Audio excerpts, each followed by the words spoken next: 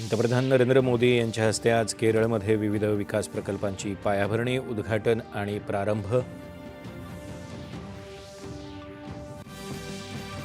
भारत आणि युरोपीय महासंघादरम्यानचे भक्कम संबंध लवचिक जागतिक पुरवठा साखळीला बळ देतील आणि जागतिक अर्थव्यवस्थेसमोरचे धोके कमी करतील, परराष्ट्र व्यवहार मंत्री डॉ. एस. जयशंकर. समावेशक विकासावर भर देणाऱ्या भारताकडे जागतिक मूल्य साखळीतला एक विश्वासार्ह भागीदार म्हणून पाहिलं जात असल्याचं केंद्रीय मंत्री अश्विनी वैष्णव यांचं दावोस परिषदेत प्रतिपादन. भारताच्या ऊर्जा संक्रमणामुळे औद्योगिकरणाला, रोजगार निर्मितीला आणि जागतिक स्पर्धात्मकतेला चालना मिळाली असल्याचा केंद्रीय मंत्री प्रल्हाद जोशी यांचा विश्वास.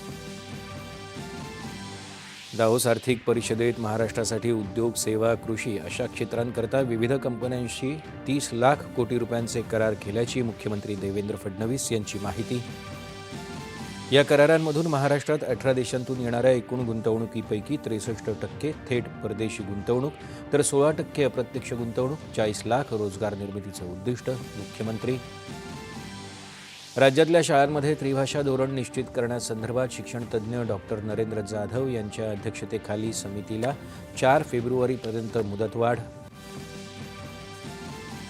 वायू गुणवत्ता मापन प्रणाली बसवण्यास टाळाटाळ करत नियमभंग करणाऱ्या 106 बांधकामांना कार्यस्थगिती नोटीस. मुंबईतील प्रदूषण नियंत्रणासाठी बृहन्मुंबई महानगरपालिकेची कडक कारवाई. थोर स्वातंत्र्य सेनानी नेताजी सुभाषचंद्र बोस यांच्या जयंतीच्या निमित्तानं आज देशभरात पराक्रम दिवस होणार साजरा. पंतप्रधान नरेंद्र मोदी यांनी केलं अभिवादन.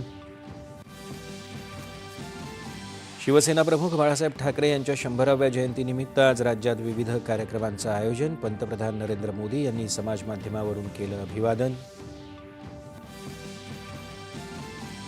आणि भारत आणि न्यूझीलंड यांच्यातल्या 5 T20 सामन्यांच्या मालिकेतला दुसरा सामना आज रायपूर इथं होणार.